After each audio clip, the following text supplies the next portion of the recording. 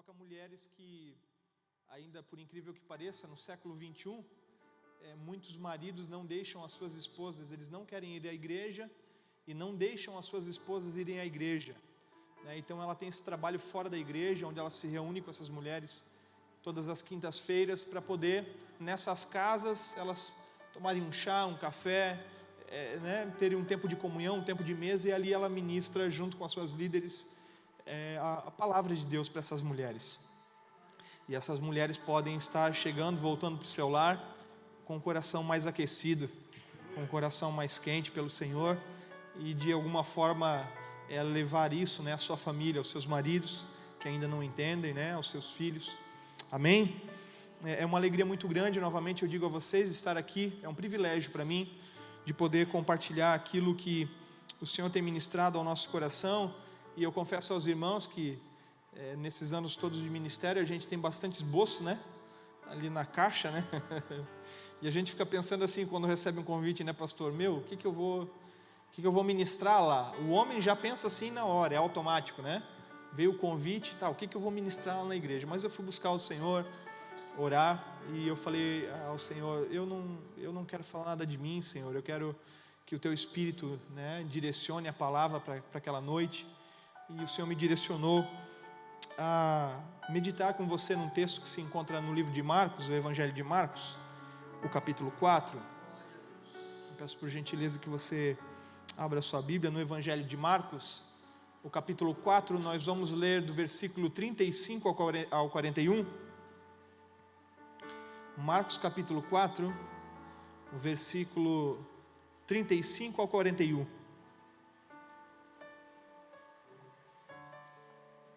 Eu não sei se é projetado aqui a palavra também, amém? Para quem não trouxe a sua Bíblia, se você quiser acompanhar.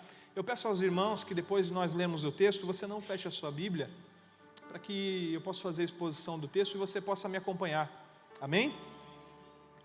Marcos capítulo 4, versículo 35 ao 41, o texto diz assim: Naquele dia, sendo já tarde, Jesus disse aos discípulos: Vamos passar para outra margem. E eles, despedindo a multidão, levaram assim como estava no barco, e outros barcos o seguiam. Ora, levantou-se grande temporal de vento, e as ondas se arremessavam contra o barco, de modo que o mesmo já estava se enchendo de água. E Jesus estava na popa, dormindo sobre o travesseiro. Os discípulos o acordaram e disseram: Mestre, o Senhor não se importa que nós pereçamos? E ele, despertando, repreendeu o vento e disse ao mar: Acalme-se. Quieto, o vento se aquietou e tudo ficou bem calmo. Então Jesus lhes perguntou: Por que vocês estão tão medrosos? Como é que ainda não têm fé? E eles, possuídos de grande temor, diziam uns aos outros: Quem é esse que até o vento e o mar lhe obedecem? Amém? Vamos orar mais uma vez? Deus Santo, essa não é a minha palavra, é a Tua. Por isso eu peço ao Senhor, humildemente, ó Deus, que o Senhor venha falar ao nosso coração nessa noite. Aquilo que o Senhor ministrou ao meu coração, Pai, no dedilhar, Pai, na criação desse texto, desse sermão, Senhor.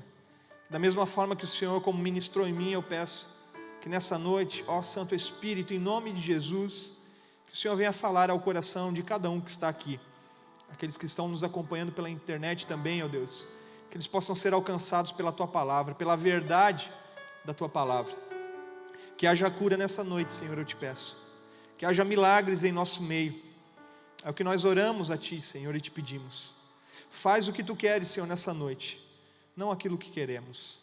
Nós queremos, Senhor, ouvir a Tua voz. Queremos ser tocados por Ti. Nós precisamos apenas de um toque Teu, Senhor, é o que nós precisamos. E eu tenho certeza, Senhor, que tudo irá mudar. Em nome de Jesus. Amém. Amém, queridos. Esse texto é um texto riquíssimo. Talvez muitos de vocês aqui já tenham lido ele e até tenham decorado ele. Nós vamos ter mais 2 textos respectivos que falam. Vamos encontrar isso no Evangelho de Mateus e também no Evangelho de Lucas. O Evangelho de Mateus, ele não dá tantos detalhes, como o livro de Marcos. No Evangelho de Lucas ele dá um pouco mais de detalhes, mas aqui no texto de Marcos, ele é um texto riquíssimo em detalhes. Esse é um texto que diz que o Senhor Jesus, depois de um longo de um longo dia, de muito trabalho, de ensino, de instrução, aquele povo, ele estava cansado. Então eles vão até a beira do mar, e ali encontram o seu barco, e entrando naquele barco, o texto vai nos dizer que como Jesus estava, assim eles o levaram. Ou seja, não deu tempo nem de trocar a túnica. Imagine, né?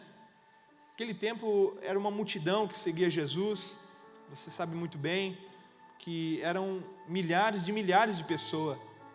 Quando nós lemos no texto, por um exemplo de João, capítulo 6, quando vai falar da multiplicação dos pães e dos peixes, ali ele fala que tinha cerca de 5.000 homens.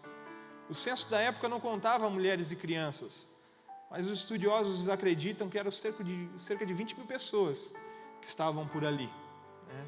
Talvez um número aproximado, talvez um pouco menos, mas era muita gente.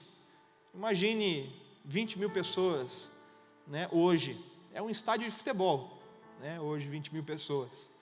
Mas lembre-se que naquele tempo não existia caixa de som, não tinha retorno para o pregador daquele dia, não tinha microfone, não tinha nada, não tinha tecnologia.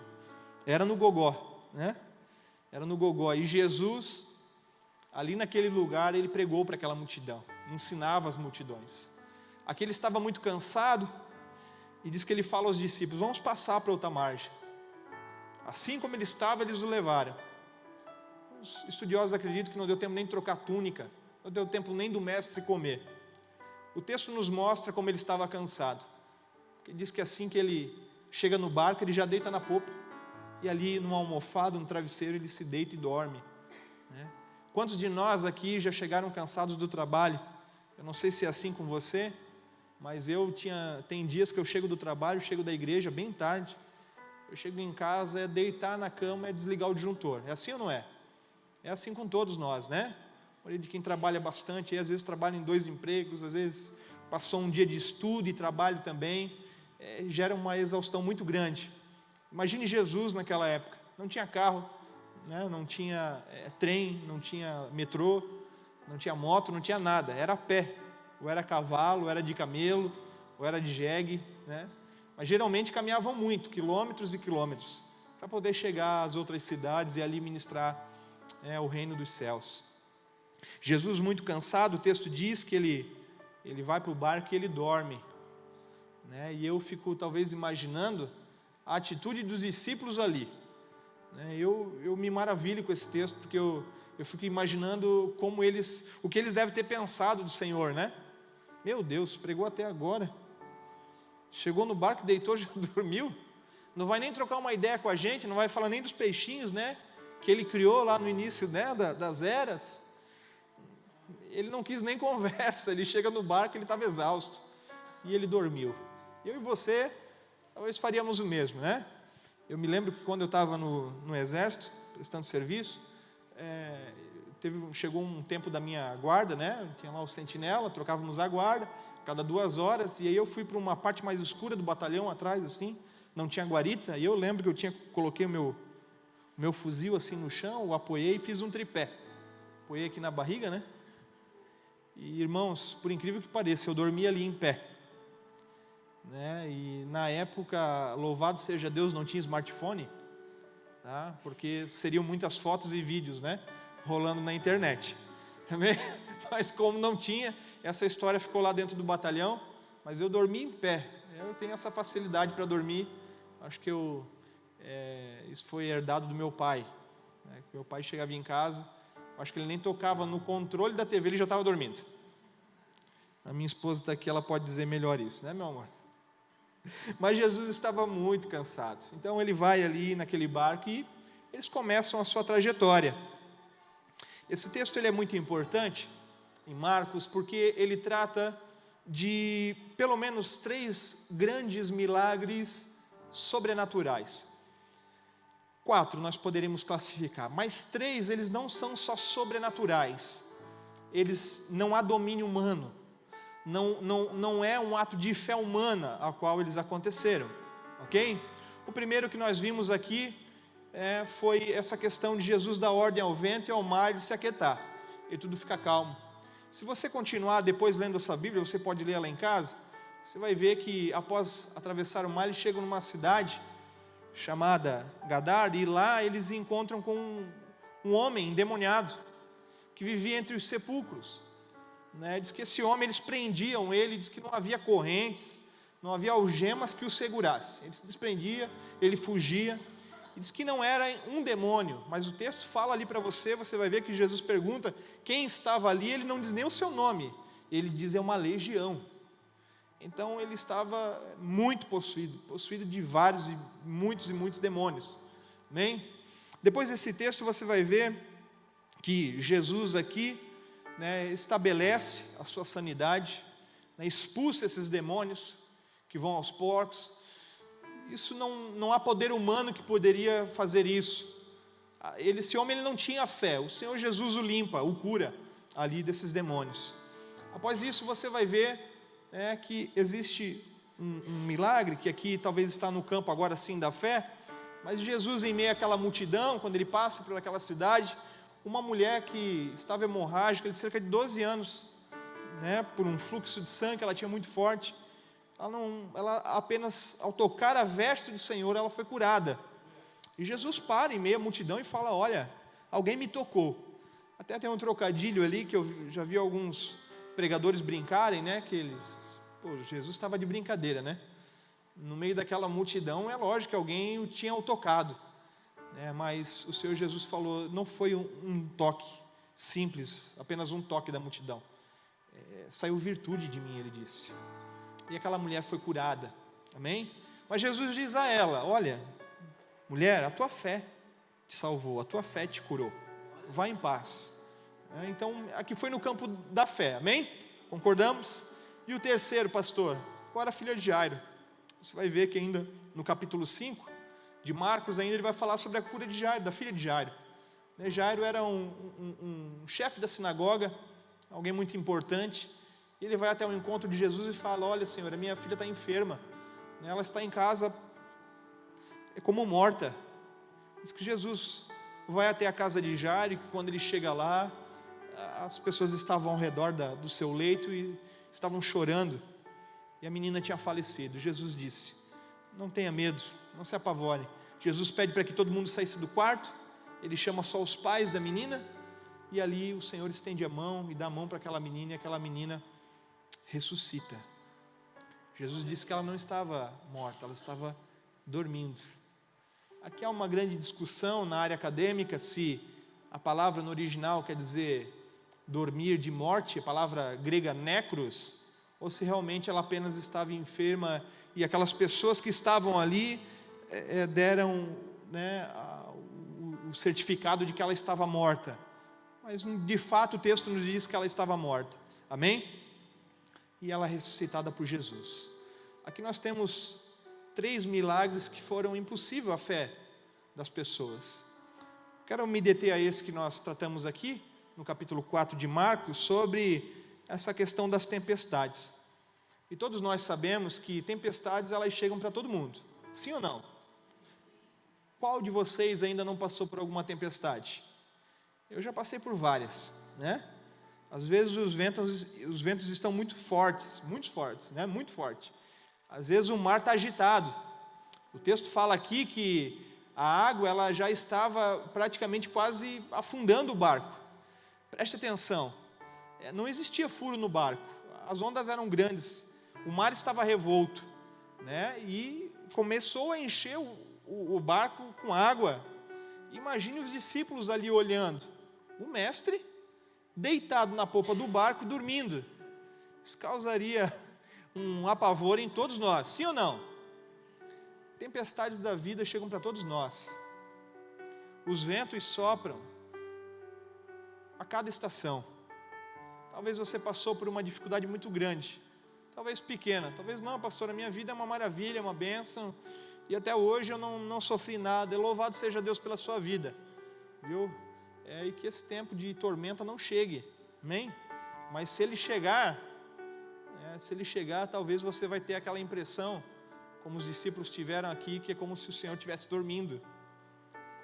As tempestades, elas chegam nas nossas vidas de várias formas, seja na área financeira, seja na área da dificuldade, às vezes conjugal, um relacionamento, dificuldades, quem sabe, na área aí da saúde, né, como nós oramos e intercedemos aqui pelos nossos irmãos, mas elas chegam, amém? Você crer no Senhor Jesus e caminhar com o Senhor Jesus, não vai te colocar numa redoma de vidro, não vai te colocar num vidro de conserva, você não está blindado com as intempéries da vida, não, você vai sofrer na sua vida, tenha certeza, todos nós chegará um dia que sofreremos, só que nós precisamos ter algo em mente, desde já, Jesus está no barco, amém? Jesus está no barco.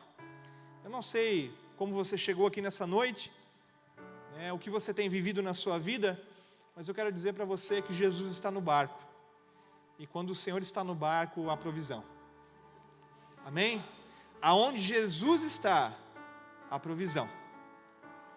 Nós caminhamos com muitas pessoas, e hoje trabalhando integralmente na obra de Deus, né, estando no gabinete todos os dias, nós atendemos muitas pessoas. Talvez esse ano, pastores, eu falei com o pastor André esses dias, nós estávamos fazendo uma análise assim, dos atendimentos da igreja, e nós nunca tivemos na história da igreja, né, desses 17 anos da Nação Forte, nunca tivemos tanto atendimento a irmãos católicos.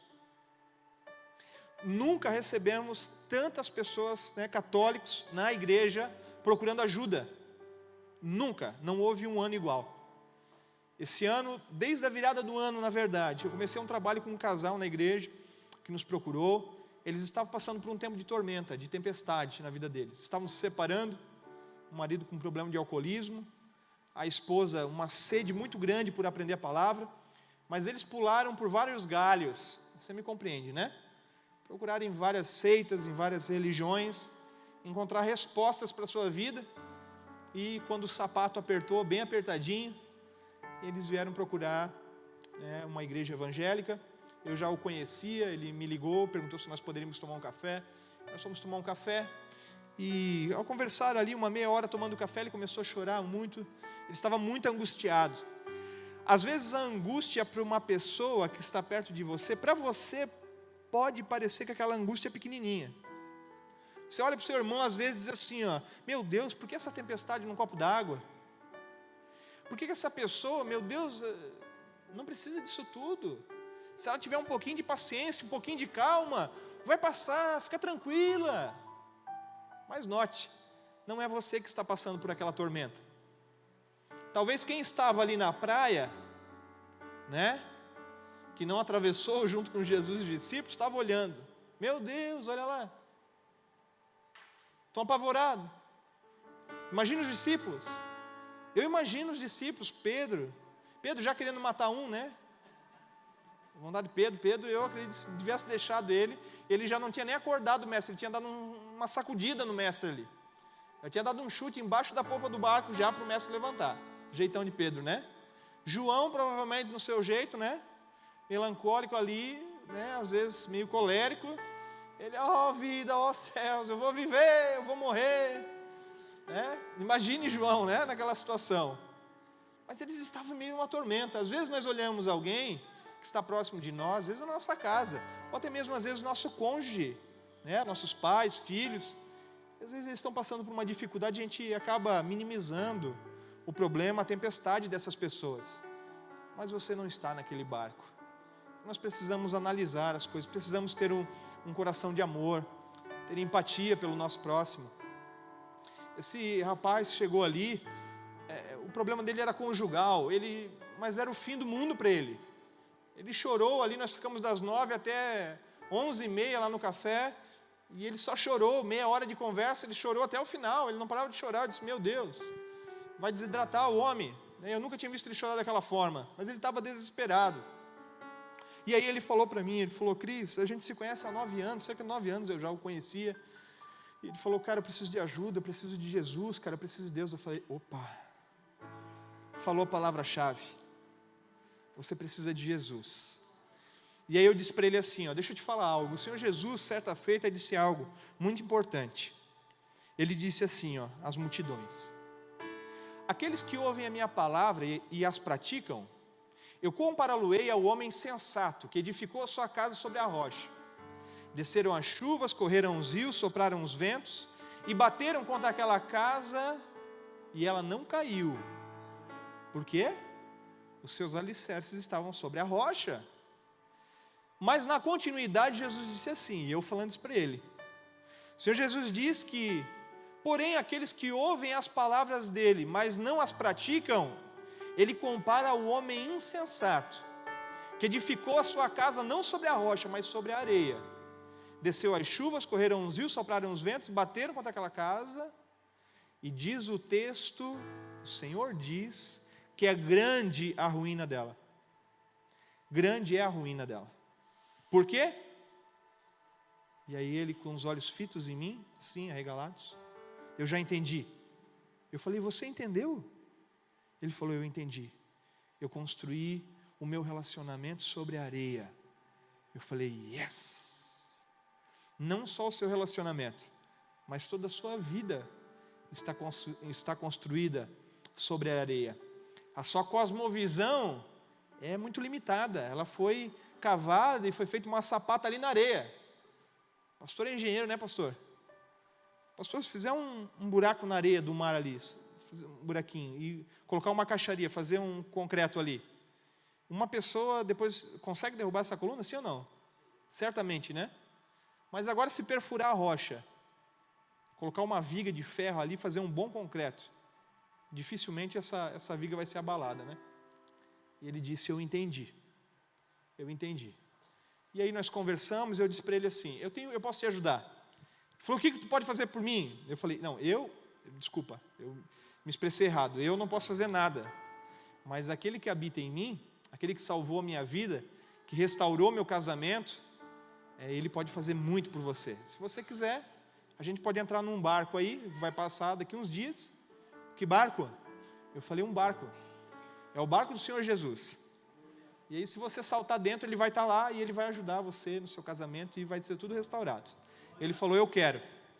E aí nós começamos um discipulado, comecei a ensinar ele, a esposa dele, a palavra. Beabá.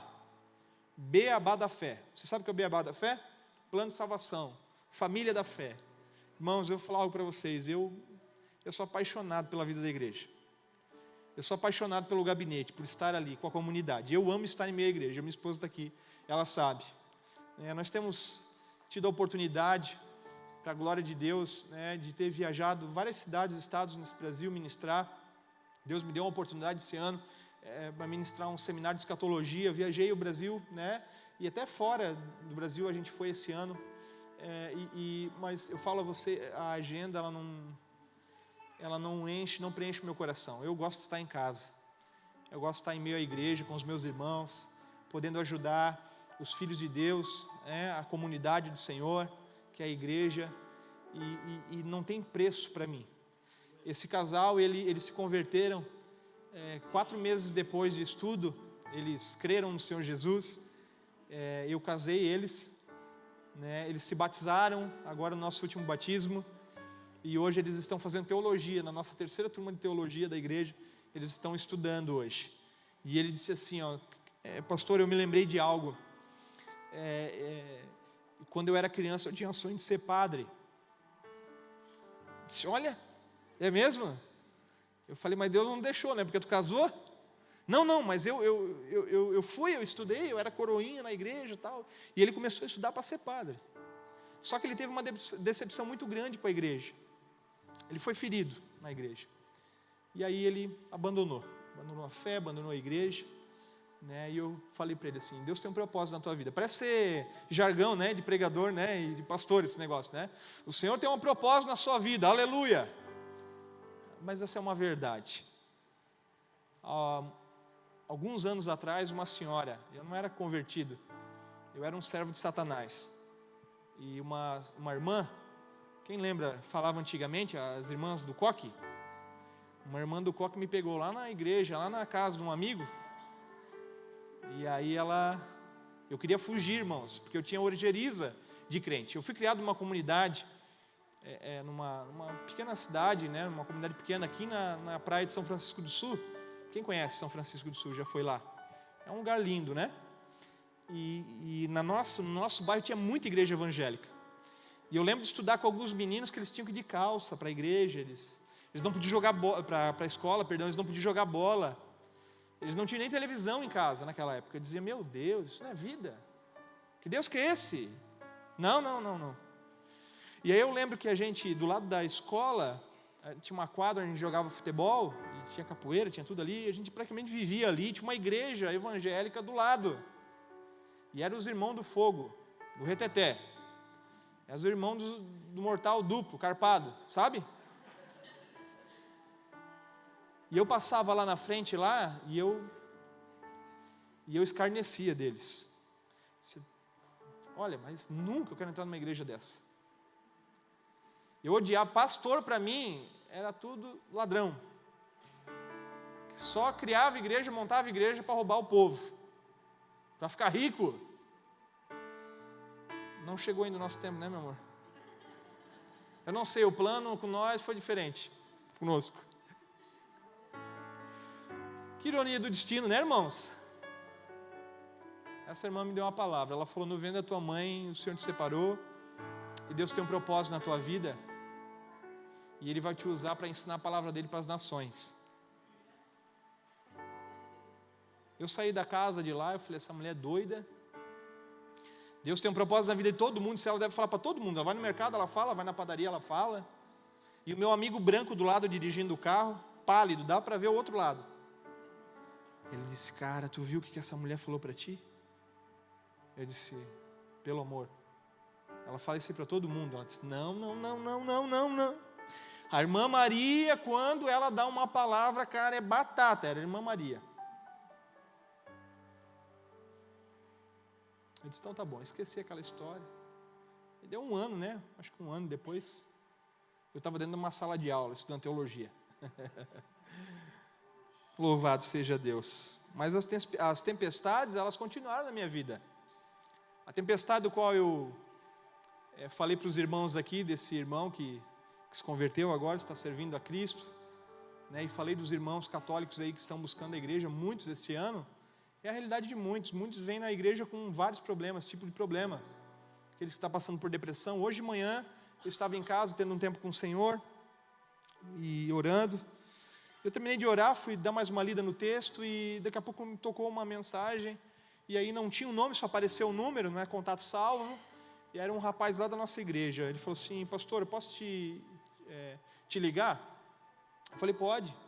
Ele me ligou, ele falou assim, pastor, eu estou dentro do carro e vou tirar minha vida. Eu falei, por que você vai tirar a sua vida? Ele disse assim, pastor, eu cheguei no fundo do poço, e eu encontrei um túnel ainda no fundo do poço. Eu não estou só no fundo do poço, eu tenho até um túnel aqui. Eu tive 2 empresas, fali, eu estou devendo para todo mundo, eu envolvi outras pessoas. E pastor, essas pessoas eu prejudiquei elas, eu não consigo mais aguentar esse fardo. A minha esposa teve bebê agora há poucos dias, está em casa, eu saí com o carro de casa e eu não quero transmitir isso para ela, essa dor, mais esse peso para ela, com tudo que a gente está vivendo, eu vou tirar a minha vida. Eu falei, não, você não vai tirar a sua vida. Fica aqui comigo um pouquinho aqui no telefone, nós vamos conversar um pouquinho. Eu falei, deixa eu falar algo para você. Mente vazia é a oficina de Satanás.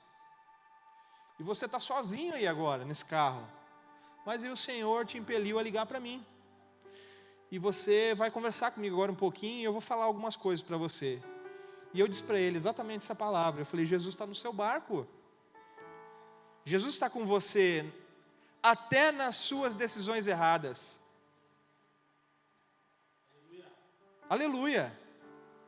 Jesus está com você até nas suas decisões erradas. E Ele está com você agora aí onde você está. E a minha oração é que o Espírito Santo te toque agora. E mude e limpe a sua mente de toda seta, todo dardo do maligno. Porque o que Satanás quer é isso, ele quer acabar com a sua vida. Ele quer deixar uma mãe, uma mulher viúva, uma criança sem pai. Você não vai fazer isso não. Falei, e ele, o telefone mudo. Eu falei, você está me ouvindo? Você está conseguindo entender o que eu estou falando? Porque às vezes Satanás vem e faz uma bagunça na mente da pessoa, sim ou não? Ele falou, pastor, eu estou te ouvindo.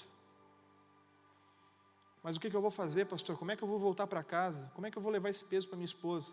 Eu falei, deixa eu te falar algo. Hoje você vai entregar esse fardo nos pés de Jesus. Todos aqueles que estão cansados, sobrecarregados, vinde a mim.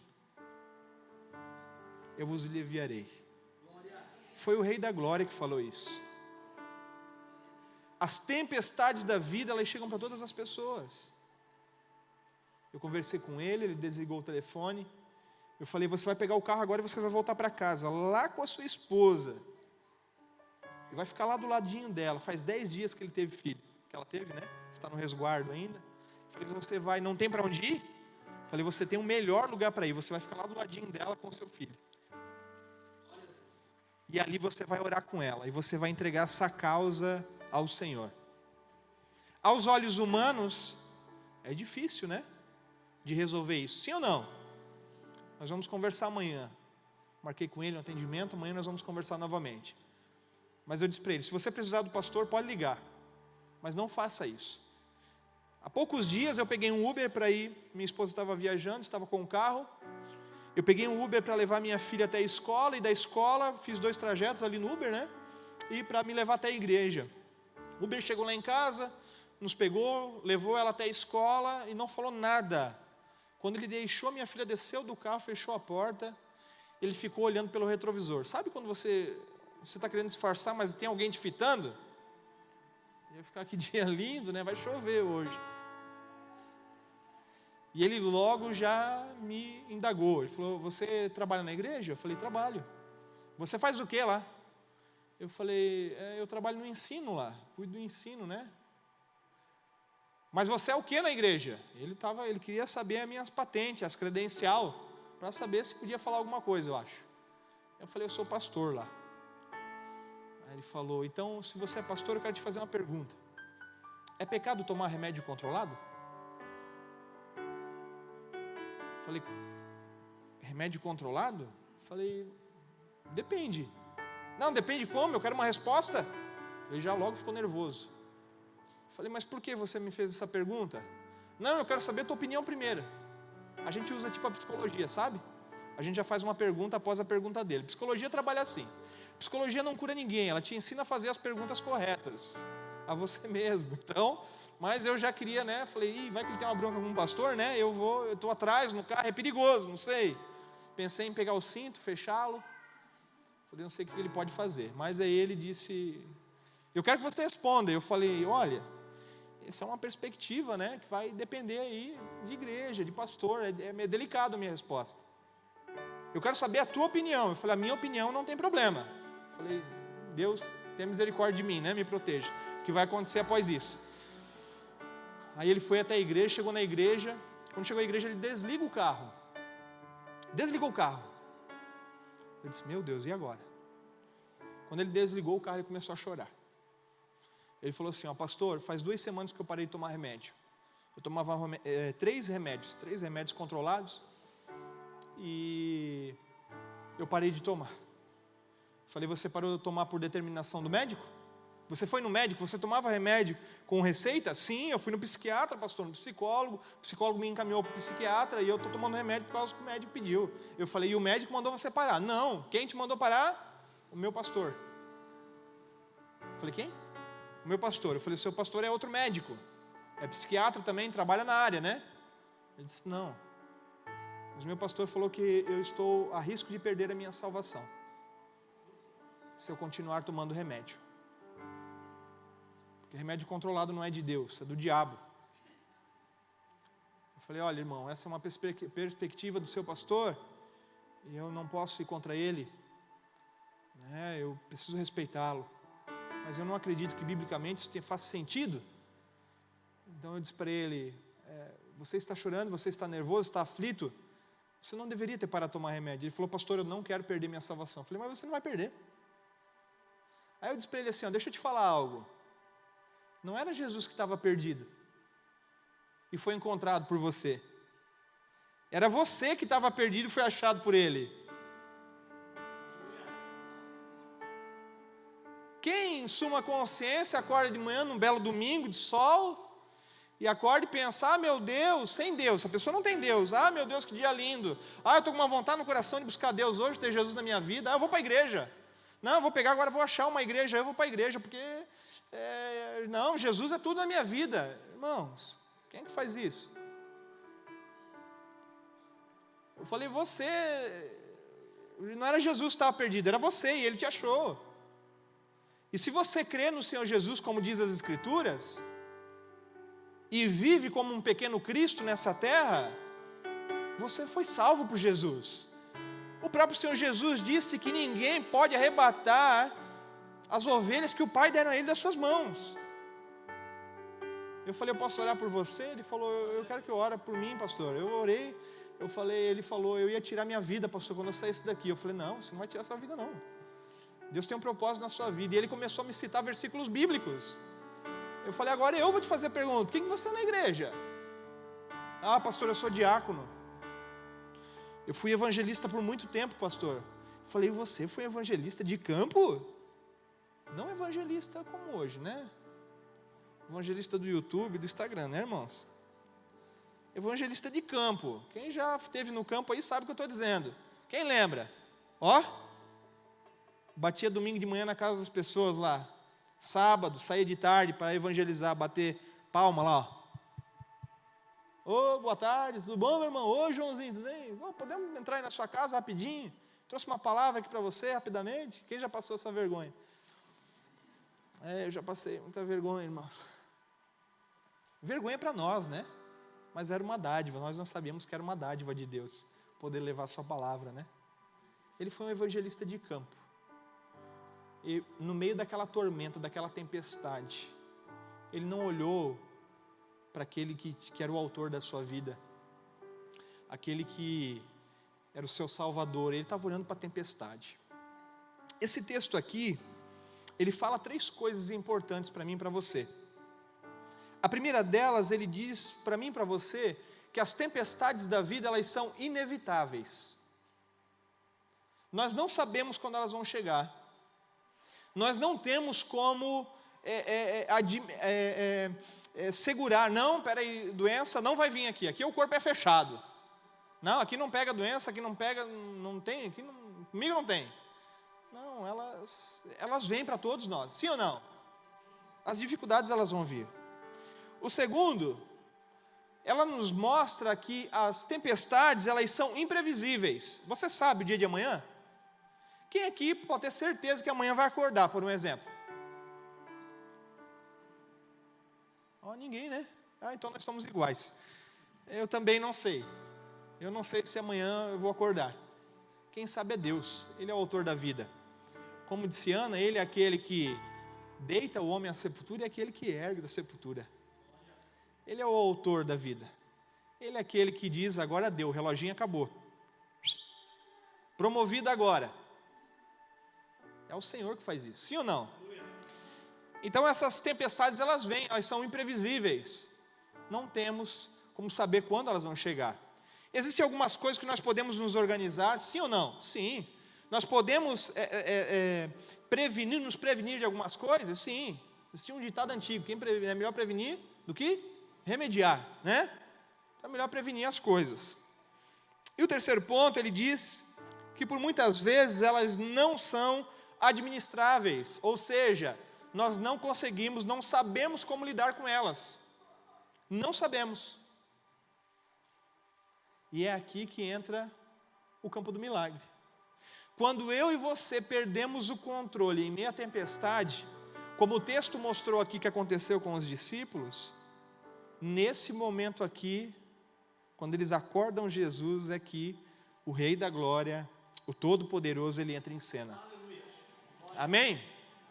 Eu não sei o que você, nesses dias, tem passado, qual tem sido os ventos que têm atingido aí o seu barco, quais são as águas, se as águas talvez estão até afundando já o seu barquinho. Pastor, a água está assim, tá quase já na ponta do barco. Eu quero dizer para você que Jesus está no barco. Amém? E com a sua Bíblia aberta, rapidamente, eu queria mostrar para vocês só algumas particularidades desse texto. Ali no versículo 35 ainda, diz que já era tarde e ali os discípulos, eles saem com Jesus e Jesus diz para eles: vamos passar para outra margem. Quem diz a eles? Quem disse? Não foi Pedro? Não foi João? Quem disse para passar para o outro lado da margem? Jesus. Jesus estava exausto de um longo dia, como nós já falamos aqui, estava cansado, chegando no barco ele deita e dorme, mas preste atenção, Jesus não estava preocupado com a travessia, porque ele disse assim, passamos para outra margem. Ele não disse assim, olha, vamos tentar passar. O Pedro, eu sei que tu trabalha antes, tu é fera aí, né? Mas vamos tentar passar para o outro lado. Não, ele disse assim, passamos. Era uma direção. Não foi os discípulos, foi o Rei dos Reis, o Senhor dos Senhores que disse isso. Passamos para outra margem. Deixa eu falar algo para você. O lago de Genezaré, onde eles estavam atravessando, que é chamado também de Mar da Galileia, mas não é um mar, é um lago. Ele tem 14 quilômetros de largura por 21 quilômetros de comprimento. Do seu lado direito descem dos montes camadas muito quentes, redemoinhos muito quentes das colinas, do seu lado oriental, do seu lado ocidental. Mas lá na frente, lá no pico, está o Monte Hermon, que praticamente o ano inteiro ele é coberto, seu pico é coberto por gelo, por neve. Quando essa camada de gelo, esses redemoinhos de gelo, ele desce em meio àquelas colinas, e se encontra com esses dois lados, que faz praticamente ali uma bacia, dá um choque naquele ambiente, e é por isso que acontece essa tempestade em meio a um lago. Em meio a um lago. O que isso quer nos dizer? Que muitas vezes você não precisa fazer grandes coisas aí para vir uma tempestade na sua vida. Às vezes você está lá na tranquilidade, no seu lago, lá boiando, sabe, lá no seu barquinho lá, e aí daqui a pouco vem uma grande tempestade e você não sabia de onde ela veio. Você não, meu Deus do céu, como que apareceu? Foi assim que os discípulos se sentiram aqui. Foi do nada, eles foram acometidos por uma tempestade. No versículo 37, o texto fala isso, que se levantou um grande temporal de vento, e arremessava o barco para lá e para cá. Foi do nada, ok? O temporal ali, essa palavra grega para temporal ali é lailaps, é a palavra no grego. Esquisita essa palavra, né? Sabe o que significa? Grande furacão, vendaval, com vento e com chuvas. Não era só um vento, era vento e muita água. Imagine os discípulos com o Senhor no barco, dormindo. Esse lago, por que dá esse choque? Porque o lago de Genezaré, ou o Mar da Galileia, como é conhecido, ele está cerca de 212 metros abaixo do nível do mar. É uma região muito baixa. Então, quando tem um encontro dessas temperaturas, gera essa grande tempestade. Mas os discípulos que estavam ali, eles eram o quê? Eles eram peritos no mar, eles eram peritos na pesca, mas eles não conseguiram administrar aquela situação. E o texto, ele faz 3 perguntas, exatamente isso, o texto ele faz 3 perguntas que nós devemos nos perguntar também. A primeira pergunta está ali no versículo 38, e o texto diz assim, Jesus estava na popa do barco, dormindo, e os discípulos acordaram ele dizendo: Mestre, não te importa que pereçamos? Muitas vezes eu e você, quando estamos passando por dificuldade, passando por um momento de medo, de angústia, quantos de nós já não perguntamos ao Senhor: Senhor, tu me abandonou? Senhor, onde é que o Senhor está? No meio dessa dor, no meio dessa dificuldade, sim ou não? Essa é uma pergunta que todos nós fazemos, já fizemos. Se você não fez ainda, louvado seja Deus. Mas eles fizeram. Senhor, não te importa que nós pereçamos? A segunda pergunta que ele vai fazer vai estar lá no versículo 40 desse texto. Agora Jesus faz essa pergunta a eles: por que vocês estão tão medrosos? Por que vocês estão tão temerosos? Como é que ainda vocês não têm fé? Preste atenção, irmãos. Naquele tempo, os discípulos caminhavam todos os dias com o Senhor dos Senhores, o Rei dos Reis. Eles viam prodígios, milagres, maravilhas, todos os dias. Mas diz o texto que Jesus pergunta para eles: por que vocês estão com tanto medo?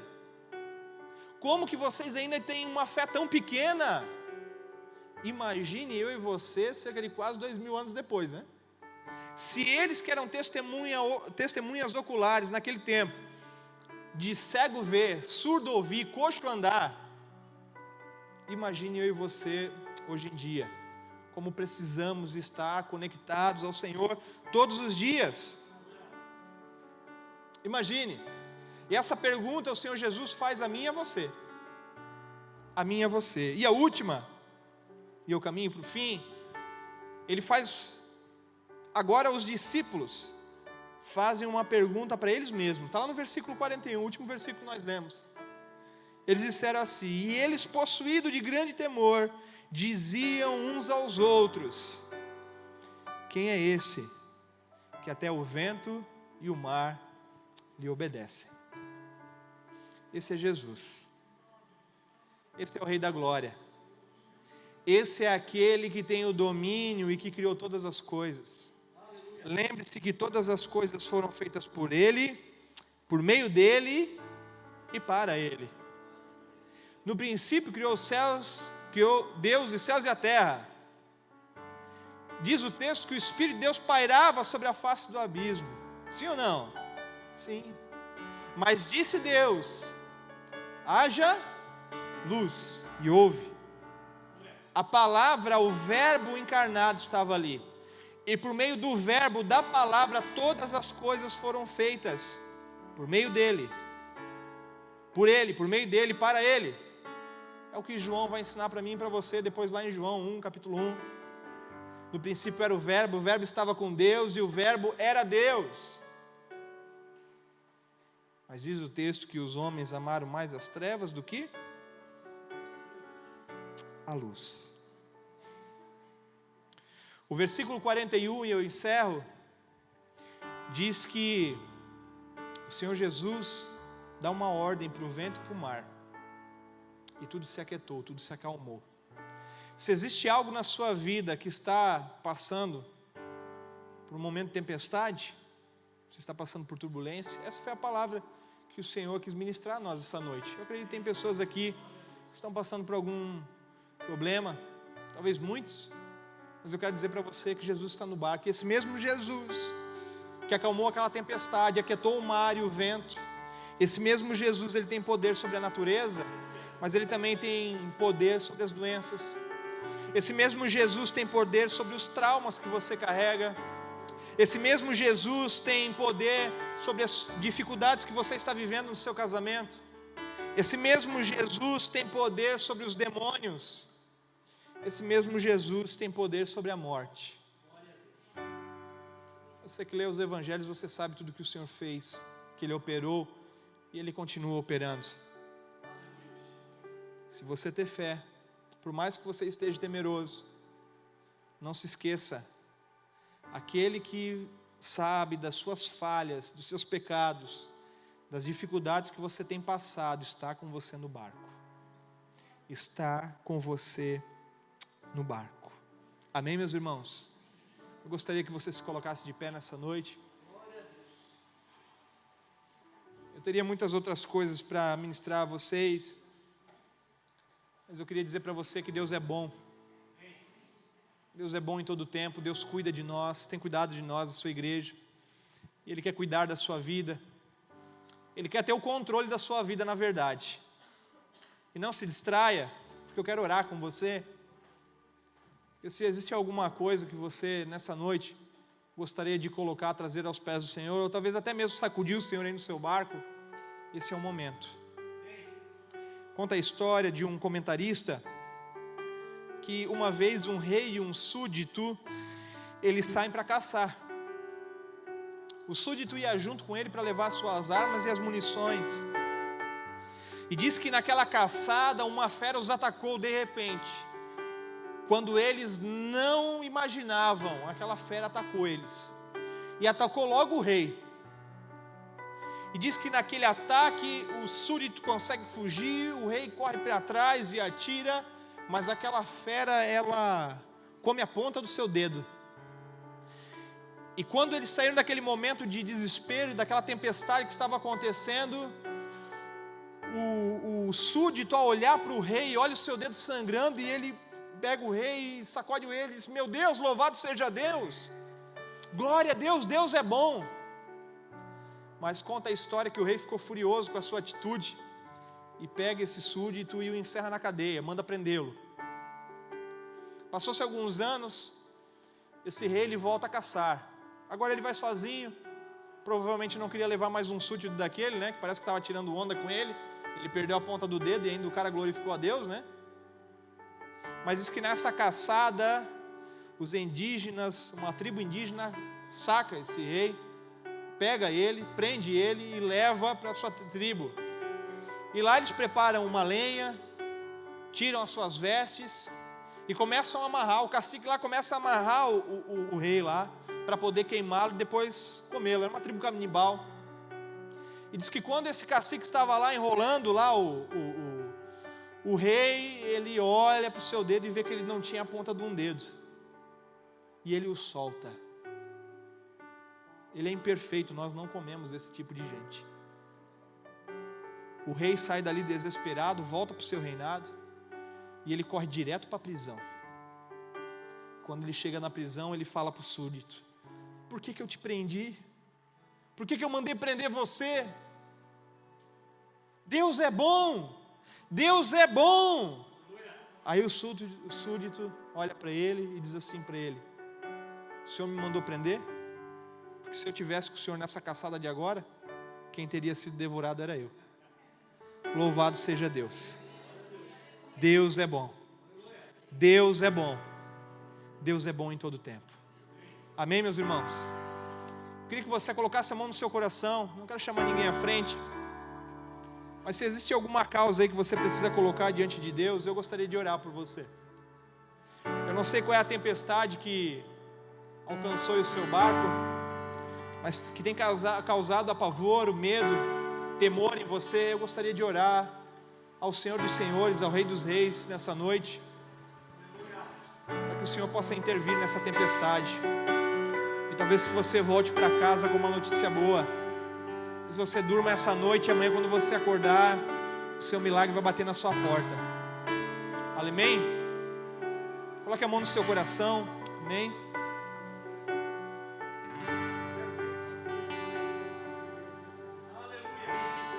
Louvado seja Deus. Louvado seja Deus. Meus irmãos, se você tem desejo de vir até aqui, eu pedi para o pastor poder estar orando pelo irmão. Ele gostaria de fazer a sua aliança com Deus novamente, se Deus que é bom.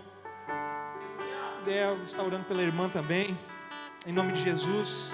Se você quiser vir aqui à frente, irmão, sinta-se à vontade, amém?